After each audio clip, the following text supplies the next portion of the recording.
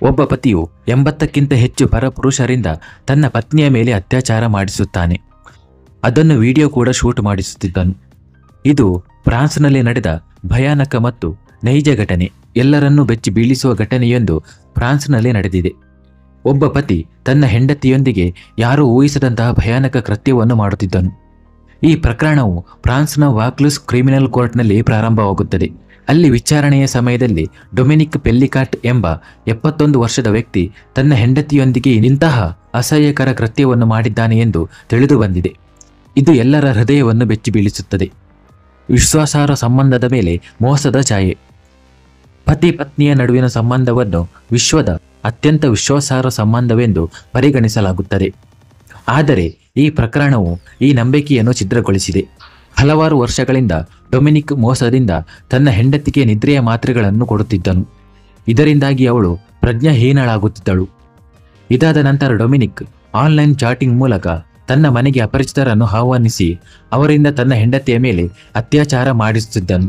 80ಕ್ಕೂ ಹೆಚ್ಚು ಜನರು ಆಕೆಯನ್ನು ಮಾಡಿದ್ದರೂ ಅತ್ಯಾಚಾರ. ಅತ್ಯಂತ ಆಘಾತಕಾರಿ ಸಂಗತಿಯೆಂದರೆ ಡೊಮಿನಿಕ್ ತನ್ನ ಹೆಂಡತಿಯೊಂದಿಗೆ ಈ ಅಮಾನವೀಯ ಕೃತ್ಯವನ್ನು ಮಾಡಲು 80ಕ್ಕೂ ಹೆಚ್ಚು ಜನರನ್ನು ಕರೆಸಿದ್ದನು. ಈ ಜನರಲ್ಲಿ ವೈದ್ಯರು, ರಾಜಕಾರಣಿಗಳು, ಸರ್ಕಾರಿ ನೌಕರರು, ಜೈಲು ಸಿಬ್ಬಂದಿಗಳು ಮತ್ತು ಪತ್ರಕರ್ತರು ಸೇರಿದ್ದರು ಎಂದು ಪೊಲೀಸ್ ತನಿಖೆಯಿಂದ ತಿಳಿದು ಬಂದಿದೆ. ಈ ಪೈಕಿ 50ಕ್ಕೂ ಹೆಚ್ಚು ಜನರ ವಿರುದ್ಧ ಪ್ರಕರಣವನ್ನು ದಾಖಲಿಸಲಾಗಿದೆ. 450 ನಿದ್ರೆಯ ಮಾತ್ರೆಗಳು ಮತ್ತು ಹಲವು ವರ್ಷಗಳ ಕೃತ್ಯ. ಡೊಮಿನಿಕ್ ನಿದ್ದೆಯ ಮಾತ್ರೆಗಳನ್ನು ಪುಡಿ ಪುಡಿ ಮಾಡಿ ತನ್ನ ಪತ್ನಿ 72 ವರ್ಷದ ಗಿಜೆಲ್ ಪೆಲ್ಲಿಕಾಟ್ಗೆ ಆಹಾರ ಅಥವಾ ಮದ್ಯದಲ್ಲಿ ಬೆರೆಸಿ ನೀಡುತ್ತಿದ್ದನು ಎಂದು ಪೊಲೀಸ್ ತನಿಖೆಯಿಂದ ತಿಳಿದು ಬಂದಿದೆ.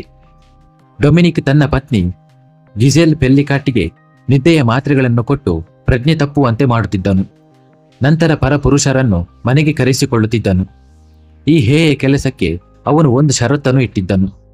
ಬರುವವರು ಧೂಮಪಾನ ಮಾಡಬಾರದು ಮತ್ತು ಪರಿಮಳಯುಕ್ತ ಪರ್ಫ್ಯೂಮ್ ಅನ್ನು ಬಳಸಬಾರದು ಎಂದು. ಯಾಕೆಂದರೆ ಅವನ ಪತ್ನಿಯು ನಿದ್ದೆಯಿಂದ ಎಚ್ಚರಗೊಳ್ಳದಿರಲಿ ಎಂದು. ಅವನ ಪತ್ನಿಯು ಸ್ವಲ್ಪ ಕೂಡ ಹೊರಳಾಡಿದರೂ ಅಥವಾ ಕೈಗಳನ್ನು ಅಲ್ಲಾಡಿಸಿದೇ ಆದರೆ ಅವರು ಕೂಡಲೇ ಅಲ್ಲಿಂದ ಹೊರಬರುವಂತೆ ಸೂಚಿಸಿದ್ದನು. ಪೊಲೀಸರಿಗೆ ಸಲ್ಲಿಸಿದ ದೂರು ಮತ್ತು ಬೆದರಿಕೆಯ ಅನಾವರಣ. ಗಿಜೆಲ್ಗೆ ಅನುಮಾನ ಉಂಟಾಗಿತ್ತು. ಏಕೆಂದರೆ ಪ್ರತಿ ಬಾರಿಯೂ ಎಚ್ಚರವಾದಾಗ ತನ್ನ ದೇಹದಲ್ಲಿ ಅಸಹ್ಯವಾದ ನೋವು ಮತ್ತು ದುರ್ಬಲತೆ ಕಂಡುಬರುತ್ತಿತ್ತು. ಅವಳು 2020 ನವೆಂಬರ್ 2ರಂದು ಪೊಲೀಸರಿಗೆ ದೂರನ್ನು ಸಲ್ಲಿಸುತ್ತಾಳೆ. ಆದರೆ ಆ ಸಮಯದಲ್ಲಿ ಪೊಲೀಸರು ಯಾವುದೇ ಸಾಕ್ಷಿಗಳನ್ನು ಹೊಂದಿರಲಿಲ್ಲ ಮತ್ತು ಒಬ್ಬ ಪತಿಯು ಈ ರೀತಿಯ ಕೃತ್ಯವನ್ನು ಮಾಡಬಹುದೆಂದು ಯೋಚಿಸುವುದು ಅವರಿಗೆ ಅಸಾಧ್ಯವಾಗಿತ್ತು. ಡೊಮಿನಿಕ್ನ ಈ ಕೃತ್ಯ ಹೇಗೆ ಬಯಲಾಗಿತ್ತು? ಪೊಲೀಸರಿಗೆ ಡೊಮಿನಿಕ್ ಮೇಲೆ ಶಂಕೆ ಇದ್ದರೂ ಆತನ ವಿರುದ್ಧ ಯಾವುದೇ ಖಚಿತವಾದ ಸಾಕ್ಷಿಗಳು ಇರಲಿಲ್ಲ. ಒಂದು ದಿನ ಡೊಮಿನಿಕ್ ಸೂಪರ್ ಮಾರ್ಕೆಟ್ನಲ್ಲಿ ಚಿಕ್ಕ ಸ್ಕರ್ಟ್ ಧರಿಸಿದ್ದ ಹುಡುಗಿಯರ ಫೋಟೋಗಳನ್ನು ತೆಗೆಯುತ್ತಿದ್ದಾಗ ಪೊಲೀಸರ ಕೈಗೆ ಸಿಕ್ಕಿ ಬೀಳುತ್ತಾನೆ. ನಂತರ ಆತನನ್ನು ಶೋಧಿಸಿದಾಗ ಒಂದು USB ಪೆನ್ ಡ್ರೈವ್ ಕೂಡ ಸಿಗುತ್ತದೆ. ಅದು ಸಂಪೂರ್ಣ ಕಥೆಯನ್ನು ಬಹಿರಂಗಪಡಿಸಿತು. 20,000ಕ್ಕೂ ಹೆಚ್ಚು ನಗ್ನ ಫೋಟೋಗಳು ಮತ್ತು ವಿಡಿಯೋಗಳು. ಪೊಲೀಸರು USB ಪೆನ್ ಡ್ರೈವ್ ಪರಿಶೀಲನೆಯ ವೇಳೆ 20,000ಕ್ಕೂ ಹೆಚ್ಚು ನಗ್ನ ಫೋಟೋಗಳು ಮತ್ತು ವಿಡಿಯೋಗಳನ್ನು ಕಂಡುಹಿಡಿದರು. ಈ ಫೋಟೋಗಳಲ್ಲಿ ಅನೇಕವು ಗಿಜೆಲ್ ಅವರದ್ದಾಗಿತ್ತು. ಅವಳು ಬೇರೆ ಬೇರೆ ಪುರುಷರೊಂದಿಗೆ ತನ್ನ ಮನೆಯಲ್ಲಿಯೇ ಪ್ರಜ್ಞಾಹೀನ ಸ್ಥಿತಿಯಲ್ಲಿ ಇರುವಂತೆ ಕಾಣುತ್ತಿದ್ದಳು.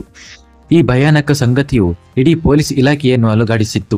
450 ನಿದ್ರಾ ಮಾತ್ರೆಗಳು ಮತ್ತು ಹಲವಾರು ವರ್ಷಗಳ ಆಟ. ಪೊಲೀಸರು ನಡೆಸಿದ ತನಿಖೆಯಲ್ಲಿ ಡೊಮಿನಿಕ್ ಒಂದೇ ವರ್ಷದಲ್ಲಿ 450 ನಿದ್ರೆಯ ಮಾತ್ರೆಗಳನ್ನು ಖರೀದಿಸಿದ್ದನು ಎಂದು ತಿಳಿದು ಬಂದಿದೆ.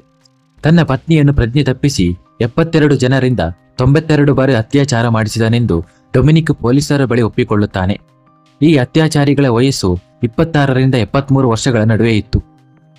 ಗಿಜೆಲ್ಳ ಮುರಿದು ಹೋದ ಭರವಸೆ ಮತ್ತು ನಂತರ ವಿಚ್ಛೇದನ. ಗಿಜೆಲ್ ವಾಸ್ತವವನ್ನು ಅರಿತಾಗ ಅವಳು ಆಘಾತಕ್ಕೊಳಗಾದಳು. ಅವಳ ವಕೀಲ ಸ್ಟೀಫನ್ ಬೆಮ್ಮೆನೋ ಪ್ರಕಾರ ಒಂದು ಬೆಳಿಗ್ಗೆ ಅವಳು ಆತಂಕದಿಂದ ಎಚ್ಚರಗೊಂಡಾಗ ಅವಳ ತಲೆಕೂದಲನ್ನು ಕ್ಷೌರ ಮಾಡಿಸಿರುವುದು ಕಂಡುಬಂದಿತು. ಆದರೆ ಇದೆಲ್ಲ ಹೇಗೆ ಸಂಭವಿಸಿತು ಎಂದು ಅವಳಿಗೆ ಅರ್ಥವಾಗಲಿಲ್ಲ. ನಂತರ ನ್ಯಾಯಾಲಯದಲ್ಲಿ ಆ ವಿಡಿಯೋಗಳನ್ನು ನೋಡಿದ ನಂತರ ಅವಳು ತಕ್ಷಣವೇ ಡೊಮಿನಿಕ್ಗೆ ವಿಚ್ಛೇದನ ನೀಡಿದಳು. ಗಿಜೆಲ್ ಹೇಳುವ ಪ್ರಕಾರ ಡೊಮಿನಿಕ್ಗೆ ಮಾನಸಿಕ ಕಾಯಿಲೆ ಇರಬಹುದು. ಆತನ ಹಿಂದಿನ ಇತಿಹಾಸವೂ ಕೂಡ ಅನಿಶ್ಚಿತವಾಗಿದೆ. ಏಕೆಂದರೆ 1991ರಲ್ಲಿ 23 ವರ್ಷದ ಎಸ್ಟೇಟ್ ಏಜೆಂಟ್ನೊಂದಿಗೆ ಅತ್ಯಾಚಾರ ಮತ್ತು ಕೊಲೆಯ ಆರೋಪವೂ ಇದೆ ಎಂದು ಹೇಳುತ್ತಾಳೆ. ಗಿಜೆಲ್ ಸತ್ಯವನ್ನು ತಿಳಿದಾಗ ಅವಳು ಆಘಾತಕ್ಕೊಳಗಾಗುತ್ತಾಳೆ. ನ್ಯಾಯಾಲಯದ ಪ್ರಕರಣ ಮತ್ತು ನ್ಯಾಯಕ್ಕಾಗಿ ಹೋರಾಟ. ಈ ಪ್ರಕರಣದಲ್ಲಿ ಈಗ 50ಕ್ಕೂ ಹೆಚ್ಚು ಜನರ ಮೇಲೆ ನ್ಯಾಯಾಲಯವು ಪ್ರಕರಣ ದಾಖಲಿಸಲು ಸಿದ್ಧವಾಗಿದೆ ಮತ್ತು ಗಿಜೆಲ್ ತನ್ನ ಗುರುತನ್ನು ಮರೆಮಾಚುವ ಹಕ್ಕನ್ನು ಬಿಟ್ಟುಕೊಟ್ಟಿದ್ದಾಳೆ, ಏಕೆಂದರೆ ಈ ನ್ಯಾಯಾಲಯದ ಪ್ರಕ್ರಿಯೆ ಸಾರ್ವಜನಿಕವಾಗಿ ನಡೆಯಬೇಕೆಂದು ಅವಳು ಬಯಸಿದಳು. ಇಡೀ ದೇಶವು ಈ ಪ್ರಕರಣದ ಮೇಲೆ ಕಣ್ಣು ಹಾಕಿ ಕಾಯುತ್ತಿದೆ ಮತ್ತು ಪ್ರತಿಯೊಬ್ಬರು ಗಿಜೆಲ್ಗೆ ನ್ಯಾಯ ಸಿಗಲಿ ಎಂದು ಬಯಸುತ್ತಿದ್ದಾರೆ.